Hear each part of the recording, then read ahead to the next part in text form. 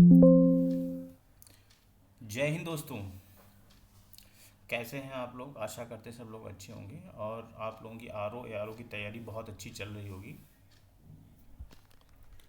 हम लोग वाक्यांश के लिए एक शब्द चैप्टर को लगभग ख़त्म कर चुके हैं और अब नेक्स्ट नया चैप्टर हम लोग शुरू कर रहे हैं, विशेषण एवं विशेष। ठीक है ना? विशेषण एवं विशेष। ठीक है ना? जो संज्ञा और सर्वनाम शब्दों की विशेषता बताता है उसे क्या कहते हैं? विशेषण कहते हैं। और जिन शब्दों की विशेषता बताई जाती है उन्हें क्या कहते हैं? विशेष से कहते हैं। ठीक है ना? तो ये हम लोगों का पहला चैप्टर है और सॉरी पहली क्लास है और इसको भी हम लोग 10 क्लास में ख़त्म कर देंगे। ठीक है ना? 10 क्लास इसकी भी मिलेंगी आप लोगों की और अच्छा कंटेंट मिलेगा, बहुत ढेर सारा कंटेंट मिलेगा। ठीक है ना? टारगेट हम लोगों का 55+ का है हिंदी में और खूब मन लगा के तैयारी करते रहिए, कंटिन्यू। ठीक है ना?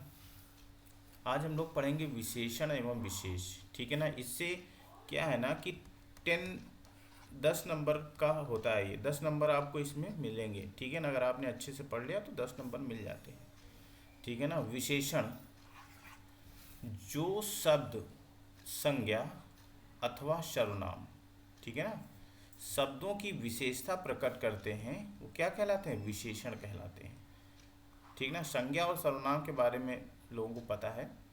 ठीक है ना? जो शब्द संज्ञा अथवा सर्वनाम, ये गलत लिखा हुआ है यहाँ पर, अथवा शब्दों की विशेषता प्रकट करते हैं क्या कहलाते हैं? विशेषण कहलाते हैं। जैसे सुरेश अच्छा लड़का है।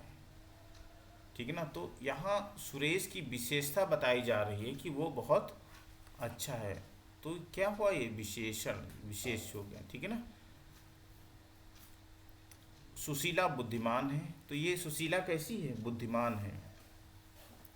तो सुशीला की जो विशेषता बताई जा रही है वही इसकी विशेषण है। ठीक है ना? वह लंबा लड़का है, वह काली गाय है। ठीक है ना? तो ये शब्द क्या है? ये विशेषण है, किसी की विशेषता बताई जा रही है। विशेषण के भेद, ठीक है ना? विशेषण के भेद क्या है? गुण, संख्या, परिणाम,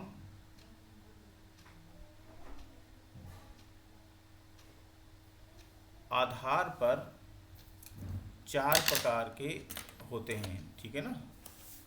इस आधार पर कितना होता है? इस आधार पर 4 प्रकार के विशेषण होते हैं।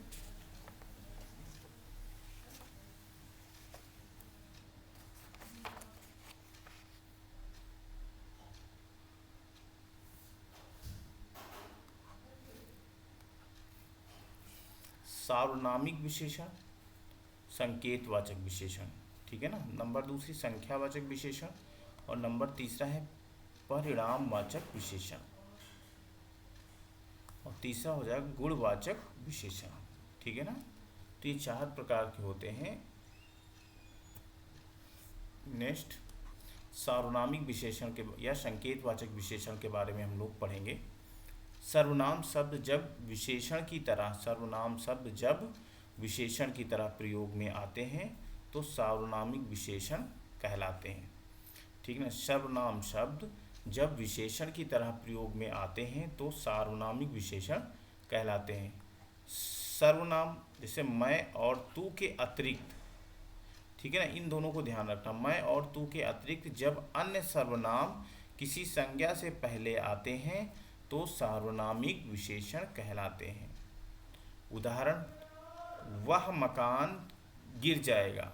ठीक है? वह मकान गिर जाएगा। तो अब देखिए ऊपर क्या क्या, किस अन्य सर्वनाम किसी संज्ञा से पहले, या मकान क्या है?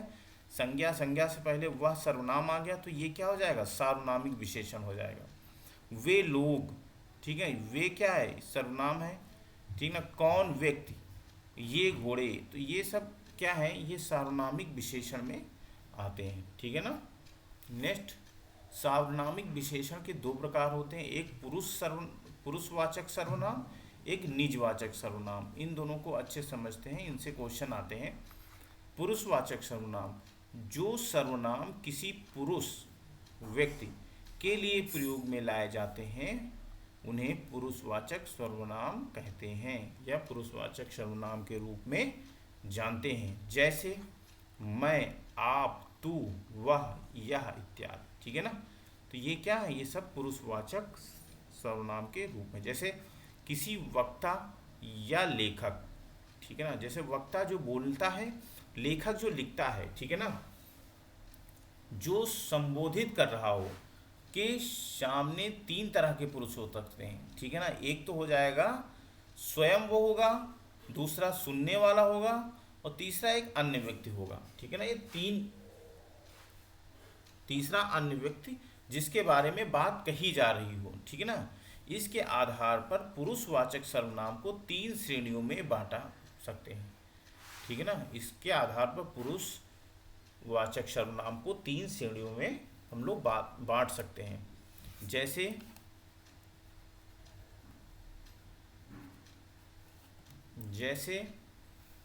पुरुषवाचक सर्वनाम, उत्तम पुरुष लेखक या वक्ता जो बोलता है ना उसे उत्तम पुरुष बोलते हैं, और मध्यम पुरुष सुनने वाला होता है। ठीक है ना। और अन्य पुरुष जो होता है जिसके बारे में हम बोलते हैं, जिसके बारे में हम कहते हैं, वो हमारा अन्य पुरुष हो जाता है। लेखक, वक्ता, श्रोता या पाठक से भिन्न कोई अन्य। ठीक है ना। तो ये हमारा क्या हुआ, अन्य पुरुष होता है। तो इसमें क्या हो, उत्तम पुरुष में कौन कौन है, मैं, मेरा, हम, हमारा, मुझको, हमको, मैंने, ठीक है ना, हमने, हमें, मुझे, ये हमारे उत्तम पुरुष में आएंगे। और मध्यम पुरुष में क्या आएगा, तू, तुम, तेरा, तुम्हारा, तुझे, तुम्हें, आपको, अपने, ये हमारे मध्यम पुरुष में होंगे। और अन्य में क्या, वह, वे, उन्हें, उसके, उसका, इसे, यह, ये सर्वनाम है। ठीक है ना। अब हमारा हो जाएगा निजवाचक सर्वनाम। ठीक है ना। ये हमारे पुरुषवाचक सर्वनाम है। और हमारे ये हो जाएंगे अब नेक्स्ट निजवाचक सर्वनाम। ठीक है ना। निजवाचक सर्वनाम मूलतः पुरुषवाचक सर्वनाम का ही रूप है। ठीक है। निजवाचक सर्वनाम का प्रयोग लेखक या वक्ता स्वयं के लिए करता है। ठीक है ना। निजवाचक सर्वनाम का प्रयोग लेखक या वक्ता स्वयं के रूप के लिए करता है। तो देखो, निजवाचक सर्वनाम आप लोगों को पहचानने में सबसे अच्छी ट्रिक ये रहेगी कि लेखक या वक्ता वो स्वयं करता है। जब आप सेंटेंस को पढ़ेंगे, जब वाक्य को पढ़ेंगे, तो उसमें ये जरूर समझ में आ जाएगा कि ये स्वयं के लिए कह रहा है या किसी दूसरे के लिए कह रहा है। ठीक है ना। जैसे आप, अपने आप, स्वयं, खुद, स्वतः, निज, हम, तो ये मतलब स्वयं के लिए जो करता है प्रयोग, वो निजवाचक सर्वनाम कहलाता है। इसमें एक विशेष है मतलब इसको आपको लोगों को ध्यान रखना है। ठीक है ना। जहाँ पर आप, ध्यान से देखना है इसको, जहाँ पर आप कर्ता के रूप में होता है वहाँ पर पुरुषवाचक होता है। ठीक है। वहाँ पर पुरुषवाचक सर्वनाम होता है। जहाँ पर आप कर्ता के रूप में होता है, इस चीज को बहुत ध्यान रखना है, वहां पर पुरुषवाचक सर्वनाम होता है। परंतु जब वह स्वयं कार्य नहीं करता किंतु अपने विषय में कुछ संकेत करता है, तो वहां पर आप निजवाचक सर्वनाम हो जाता है। ठीक है ना। ये बहुत इंपॉर्टेंट है, इसको ध्यान रखना। अभी जब आगे सेंटेंस जब हल करोगे, वाक्यों को हल करोगे तो समझ में आ जाएगा। जैसे देखिए यहाँ पर एग्जाम्पल दी, उदाहरण, टाइपिंग में गड़बड़ हो जाता है, उदाहरण। ठीक है ना। जैसे विशेषण और ये तो है ही। अब इसमें आप कहाँ गए थे, देखो यहाँ पर कर्ता के तौर पे आपका प्रयोग हो रहा है, तो ये यहाँ पर हो जाएगा पुरुषवाचक सर्वनाम। ठीक है ना। यह काम आपने ही किया है, देखो इंगित कर रहा है, यह काम आपने ही किया है, तो यहाँ पर यह क्या, निजवाचक सर्वनाम हो जाएगा। आप भला तो जग भला, यहाँ पर कर्ता के तौर पे नहीं प्रयोग हो रहा, आप भला तो जग भला किसी दूसरे के लिए कहा जा रहा है, तो यहाँ पर निजवाचक सर्वनाम हो जाएगा। मैं स्वयं अस्पताल चला जाऊंगा, मैं स्वयं, मैं, मेरे बारे में बात हो रही तो निजवाचक सर्वनाम। आप चिंता मत करो। ठीक है ना। अब देखो, आप चिंता मत करो, यहाँ पर ये क्या, कर्ता, इसमें कर्ता आप हो गया। ठीक है ना। तो ये पुरुषवाचक सर्वनाम हो गया। आप लखनऊ चले जाना, ये भी कर्ता के तौर पे प्रयोग हो रहा, तो पुरुषवाचक सर्वनाम यहाँ पर हो जाएगा। अब नेक्स्ट हम लोग देखें, व्युत्पत्ति के आधार पर सर्वनामिक विशेषण के दो प्रकार होते हैं, जैसे मौलिक और यौगिक। ठीक है, मौलिक सर्वनाम विशेषण मूल रूप से हिंदी के 11 सर्वनाम जब बिना किसी रूपांतर के संज्ञा के पहले आकर संज्ञा की विशेषता बताते हैं तो ऐसे विशेषण को मौलिक सार्वनामिक विशेषण कहते हैं। ठीक है ना, संज्ञा के पहले, संज्ञा घर है, घर के पहले यह आ गया तो ये क्या हो जाएगा, मौलिक सार्वनामिक विशेषण है। वह व्यक्ति, कोई आदमी, ये क्या है, ये जो 11 सर्वनाम है ये जब प्रयोग होते हैं मुख्य मतलब बिना बदले, ठीक है ना, तो ये क्या हो जाएगा, मौलिक, मूल रूप जिसको बोलते हैं वो क्या है, सार्वनामिक विशेषण होते हैं, मौलिक सार्वनामिक विशेषण होते हैं। अब इन्हीं को अगर बदल देते हैं हम लोग, यौगिक मतलब बदला रूप, यौगिक सार्वनामिक विशेषण, जो सर्वनाम मूल सर्वनामों में प्रत्यय लगाकर बनते हैं और संज्ञा के पहले प्रयुक्त होकर विशेषण की तरह व्यवहार करते हैं, वो वे यौगिक सार्वनामिक विशेषण कहलाते हैं। देखो जैसे यहाँ पर है, ऐसा लड़का मिलना कठिन है, ऐसा, ठीक है ना, तो यह से बना ऐसा, ठीक है ना, यह लड़का मिलना कठिन है तो नहीं, ऐसा लड़का मिलना कठिन है, तो यहाँ पर यौगिक सार्वनामिक विशेषण होगा। कैसा सामान लाए हो, कैसा, कैसा का कौन, कौन मूल होता है, फिर कैसा हो जाता है। तुम्हारे जैसा आदमी मैंने नहीं देखा, तुम, सॉरी, तुम्हारे का तुम होता है, जैसा, जैसा का जो का जैसा होता है, तो आदमी मैंने नहीं देखा है।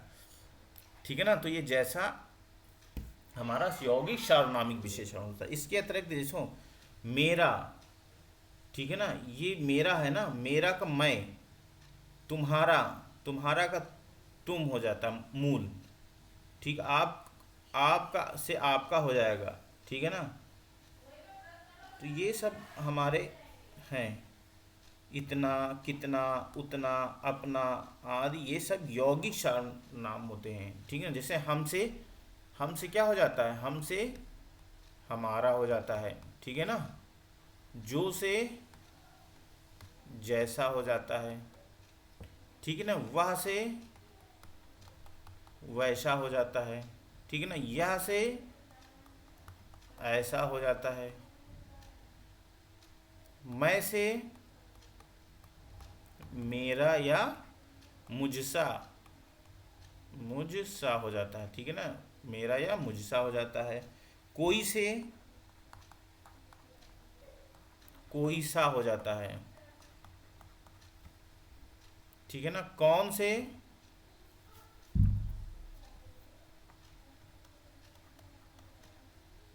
कैसा हो जाता है, और तुम से तुम्हारा हो जाएगा।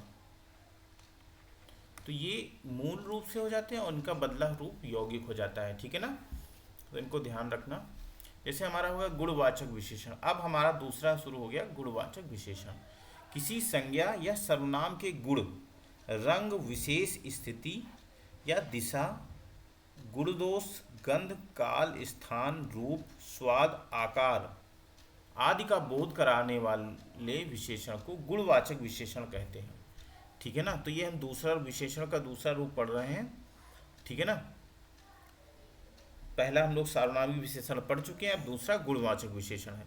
ठीक, का बोध कराने वाले विशेषण को गुणवाचक विशेषण कहते हैं। इसके प्रकारों की संख्या भिन्न भिन्न पुस्तकों में भिन्न भिन्न दी गई है। अच्छा, जो लगभग सभी किताबों में दिया गया है तो वो है काल बोधक, स्थान बोधक, आकार बोधक, रंग बोधक, दशा बोधक।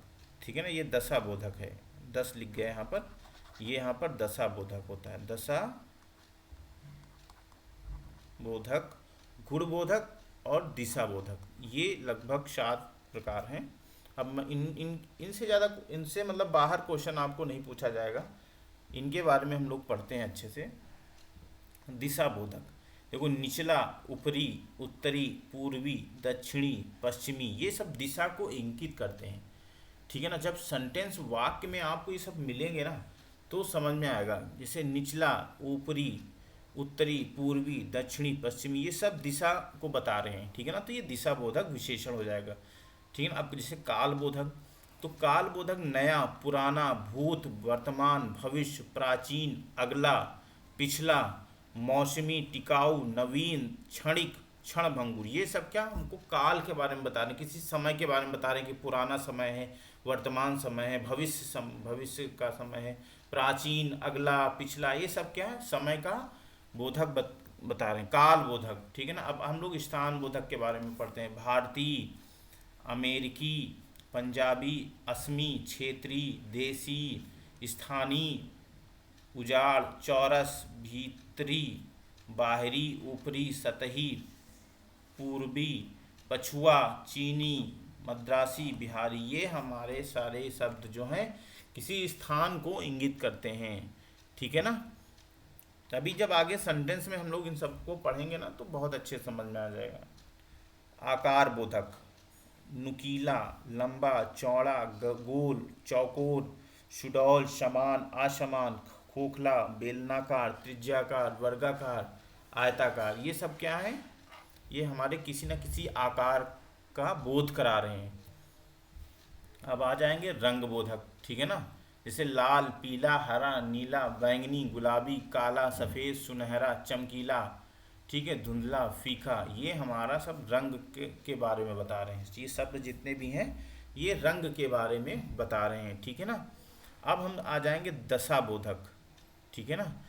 आश्वस्त, दशा कैसी है, आश्वस्त, स्वस्थ हैं, रोगी हैं, भला है, चंगा है, तंदुरुस्त है, बीमार है, दुबला है, पतला है, मोटा है, नाटा, भारी, पिघला, गाढ़ा, गीला, सूखा, घना, गरीब, अमीर, उद्यमी, पतलू, बाजारू, तो ये सब क्या है, ये किसी न किसी दशा को दर्शा रहे हैं, ठीक है ना। ये शब्द जितने भी हैं दशा को बता रहे हैं।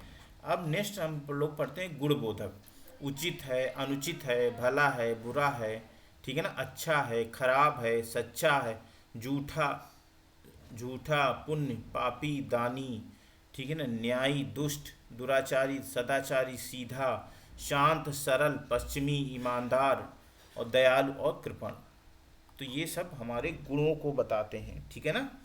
अब गंधबोधक, खुशबूदार, बदबूदार, सुगंधित और महकदार, ये सब शब्द क्या है, हमारे गंध को बता रहे हैं। स्पर्श बोधक, कोमल है, कठोर है, मखमली है, खुरदरा है, चिकना, ये क्या है, सारे स्पर्श बोधक हैं।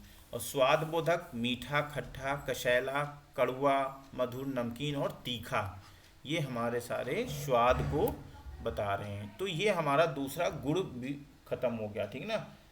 दूसरा हमारा कौन सा है,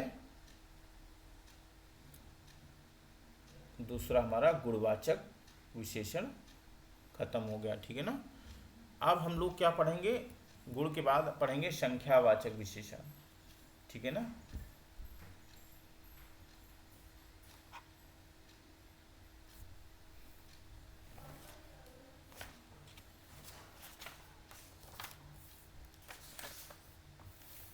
अब हम लोग पढ़ेंगे संख्यावाचक विशेषण।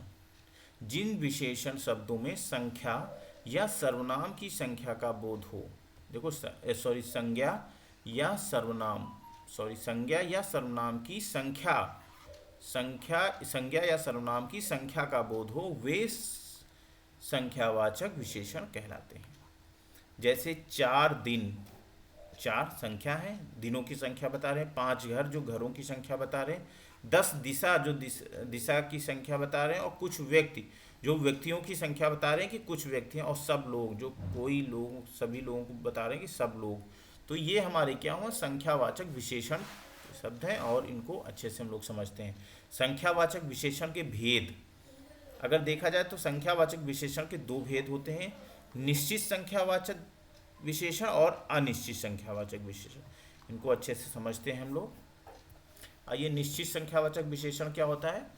निश्चित संख्यावाचक विशेषण, इस विशेषण से संज्ञा या सर्वनाम, ठीक है ना, निश्चित संख्यावाचक विशेषण से संज्ञा या सर्वनाम की निश्चित संख्या का बोध होता है, ठीक है ना, निश्चित संख्या का बोध होता है। जैसे एक कार, यहाँ पर देखो निश्चित निश्चितता है कि यहाँ पर केवल एक ही कार है, ठीक है ना। दो कमरे, तो यहाँ पर देखो निश्चित संख्या है। तीन व्यक्ति, यहाँ पर निश्चित संख्या है। सब लोग, यहाँ पर एक निश्चित संख्या है कि सब लोग हैं। कई व्यक्ति, ये गलत है, ठीक है ना।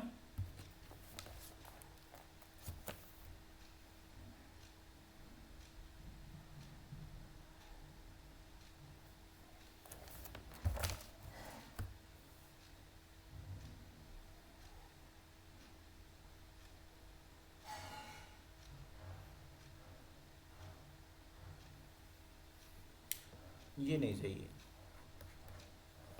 अब आ जाए अनिश्चित संख्यावाचक विशेषण, ठीक है ना। तो ये इसमें एक्चुअली ये वाले एग्जाम्पल गलत टाइप हो गए इसमें, ये नीचे वाले में होंगे। अनिश्चित संख्यावाचक विशेषण, इस विशेषण से संज्ञा या सर्वनाम की संख्या निश्चित रूप से ज्ञात नहीं होती है, ठीक है ना। निश्चित रूप से ज्ञात नहीं होती। उदाहरण, कुछ लोग, अब देखो यहाँ पर कुछ लोग हैं, यहाँ पर निश्चितता नहीं है कि कितने लोग हैं, ठीक है ना। कुछ लोग हैं, लेकिन यहाँ पर ये नहीं समझ में आ रहा क्या कितने लोग हैं, ठीक है ना। हर एक व्यक्ति, यहाँ पर देखो कितने व्यक्ति हैं पता नहीं। सब लोग, यहाँ पर कितने लोग हैं पता नहीं। कई व्यक्ति, यहाँ पर कितने लोग हैं पता नहीं। तो यहाँ पर हो जाएगा अनिश्चित संख्यावाचक विशेषण। और यहाँ पर हो जाएगा एक कार, दो कमरे, तीन व्यक्ति, ठीक है ना, पांच कुत्ते, ठीक है ना, चार लोग। तो ये जहाँ पर एक निश्चितता का बोध होता है वहाँ पर निश्चित संख्या विशेषण हो जाएगा, और जहाँ पर अनिश्चित संख्या का बोध होता है वहाँ पर अनिश्चित संख्यावाचक विशेषण होगा।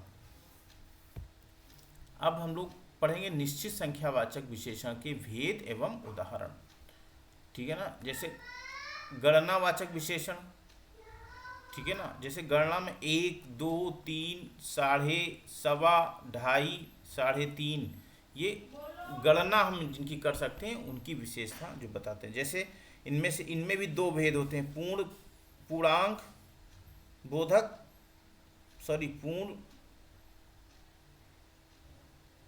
पूर्णांक बोधक है, इसमें गलत लिख गया ये हो जाएगा पूर्णांक बोधक।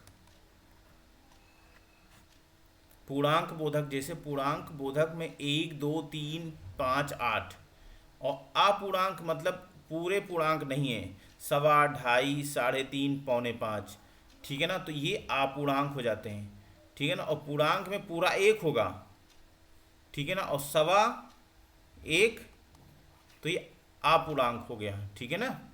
ढाई, 2, ढाई हो गया, ठीक है ना। ढाई, साढ़े तीन, पौने पाँच, ठीक है ना। तो ये सब क्या हमारे अपूर्णांक हैं। क्रमवाचक विशेषण, पहला, दूसरा, तीसरा, चौथा, पांचवा, ये हमारे क्रम हैं, ठीक है ना। जैसे पहला क्रम, दूसरा क्रम, तीसरा क्रम, चौथा क्रम, पांचवा क्रम, तो ये हमारे क्रमवाचक विशेषण है। आवृत्तिवाचक विशेषण, दूना, तिगुना, चौगुना, ढाई गुना, 10 गुना, ये हमारे सब क्या है आवृत्तिवाचक विशेषण है। और समुदायवाचक विशेषण, समुदाय बोधक विशेषण में क्या हो जाएगा, दोनों, तीनों, चारों, आठों, एक दर्जन, एक जोड़ी। जहाँ पर किसी समुदाय का बोध होता है वहाँ पर समुदाय बोधक विशेषण कहलाता है, ठीक है ना। जैसे प्रत्येक बोधक विशेषण, हर एक, दो दो, सवा सवा, ठीक है ना, और प्रत्येक, ये सब क्या हैं, ये हमारे प्रत्येक बोधक विशेषण हैं। अब हम लोग आ जाएंगे परिमाणवाचक विशेषण, ठीक है, ये चौथा है परिमाणवाचक विशेषण। परिमाणवाचक का अर्थ होता है माप, ठीक है ना। अतः ऐसे विशेषण शब्द जो संज्ञा या सर्वनाम के माप तौल का बोध कराते हैं परिमाणवाचक विशेषण कहलाते हैं। उदाहरण के लिए 4 लीटर दूध, देखो यहाँ पर 4 लीटर दूध है, तो इस दूध को गिना नहीं जा सकता ना, ठीक है, मापा या तौला जा सकता है, तो ये 4 लीटर दूध है। सवा सेर गेहूँ, ठीक है ना, इसको तौला जा सकता है। कुछ घी, ठीक है ना, इसको भी तौला जा सकता है। थोड़ा सा पानी इत्यादि, ठीक है। तो ये क्या है ना, ये परिमाणवाचक विशेषण के कुछ उदाहरण हैं। जैसे परिमाणवाचक विशेषण के भेद एवं उदाहरण हम लोग पढ़ते हैं। एक तो निश्चित होगा, दूसरा अनिश्चित होगा, ठीक है ना। निश्चित, निश्चित माप तौल का बोध जो कराता है उसे निश्चित। जैसे 1 मीटर कपड़ा, यहाँ देखो निश्चितता है कि 1 मीटर ही कपड़ा है। और 2 लीटर दूध, 100 ग्राम गुड़, 1 किलो चीनी, 1 तोला सोना। 1 तोले में कितना ग्राम होता है? 10 ग्राम होता है, ठीक है ना। 1 तोला सोना। अब यहाँ पर क्या, अनिश्चित, अनिश्चित माप तौल का बोध कराता है, ठीक है ना। बहुत सारा मतलब इसे पता नहीं कै लीटर दूध है, बहुत सारा, ठीक है ना, सॉरी बहुत दूध, सारा धन, ढेर सारा मक्खन, कई किलो दही, 50 मन गेहूं। मन के बारे में पता है यहाँ, ये मन क्या है? ये मन, ये दिमाग वाला मन नहीं कि ये मन, यहाँ पर एक मन में 40 किलो गेहूं होते हैं, एक मन में 40 किलो अनाज होता है। तो यहाँ पर जैसे गेहूं बताया तो एक मन में 40 किलो गेहूं, तो इसीलिए अब देख लो 50 मन गेहूं, तो अब 50 मन गेहूं कितना हो जाएगा। दोस्तों ये क्लास आप लोगों को कैसी लगी, ठीक है ना। आप लोग प्लीज़ कमेंट करके ज़रूर बताइएगा, अगर अच्छी नहीं लगी फिर भी बताइएगा, मैं और कोशिश करता हूँ इसको सुधारने की, ठीक है ना। मिलते हैं दोस्तों नेक्स्ट क्लास में, हम लोग जल्दी से जल्द विशेषण एवं विशेष को पढ़ लेंगे, ठीक है ना, और ये भी 10 नंबर पक्के कर लेंगे, ठीक है ना। मिलते हैं दोस्तों नेक्स्ट क्लास में। जय हिंद।